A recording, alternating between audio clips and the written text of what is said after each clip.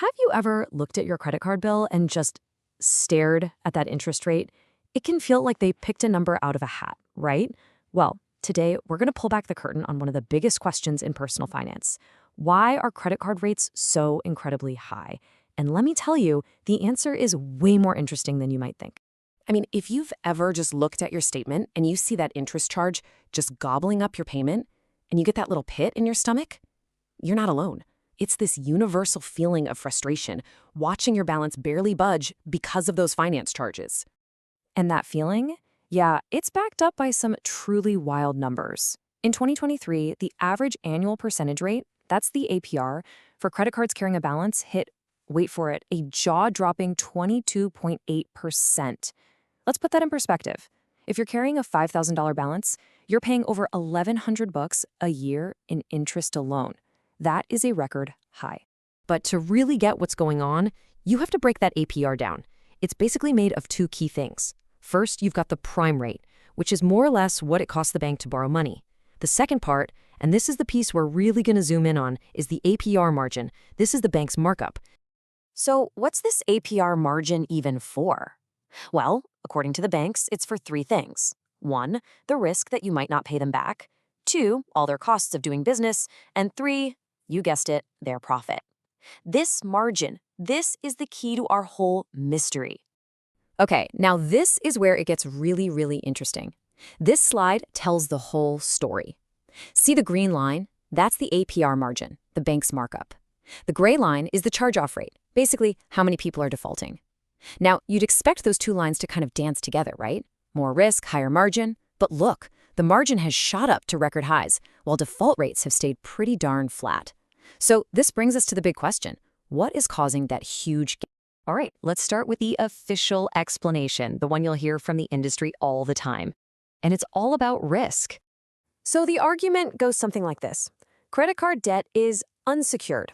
Unlike a mortgage where the bank can take your house or a car loan where they can repo your car, with a credit card, there's nothing physical for them to grab if you stop paying. And that, they say, makes it a much riskier game for them.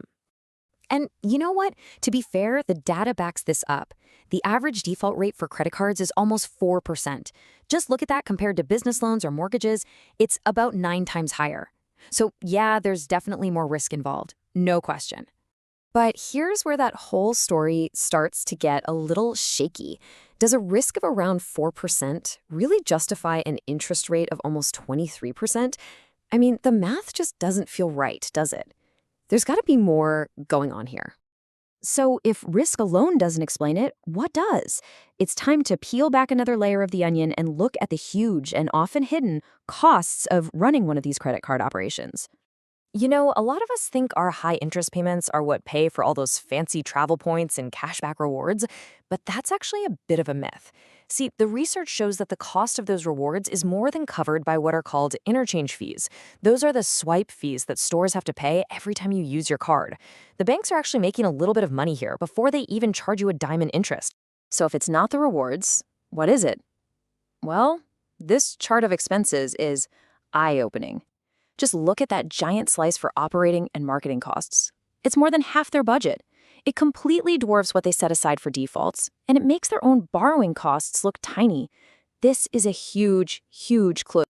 And just how big are we talking? This quote from the New York Fed is just, wow. The biggest credit card issuers have marketing budgets on the same level as global giants like Nike and Coca-Cola. Think about that. We're talking billions of dollars a year on ads and all those offers you get in the mail. A huge piece of your interest payment is literally paying for junk. Okay, so we've got the risk, and we've got these unbelievable marketing costs. That brings us to the final piece of the puzzle, profit. And here it is, the bottom line, the real kicker. When you add it all up, credit card divisions are wildly profitable. In 2024, the return on assets for banks that specialize in credit cards was 3.87%. For every other kind of bank, just 1.38%. So let's be clear. Credit card lending isn't just a little more profitable. It is nearly 3 times more profitable than everything else banks do. Okay, so that's the why. They're covering risk, they have these massive marketing budgets, and they're making a very, very healthy profit. But knowing all this is only half the battle, right? Now let's talk about what actually matters. What can you do about it? How do you take back some control? First things first, you can just ask for a lower rate. I know, it sounds almost too simple to work, but it really does a surprising amount of the time. Call up the company you've been with the longest, be polite, and state your case. Remind them you're a loyal customer, you always pay on time. If your credit score just went up, definitely mention that. If they say no to a permanent change, ask for a temporary one. Don't give up. Next, if you are carrying a balance, you need a game plan. There are two main schools of thought here. First is the debt snowball. That's where you pay off your smallest debt first to get a quick psychological win. It feels great and builds momentum. The other is the debt avalanche. With this one, you attack the card with the highest interest rate first. It might take longer to see a balance disappear, but this method will save you the most money in the long run. Honestly, the best one is whichever one you'll actually stick with. But the ultimate power move, of course, is to pay zero interest. How do you do that? Well, the number one way is to pay your balance in full every single month. You can also get strategic and use those 0% intro APR offers, either for a big purchase you need to make, or, and this is a great one, to transfer an existing high-interest balance over.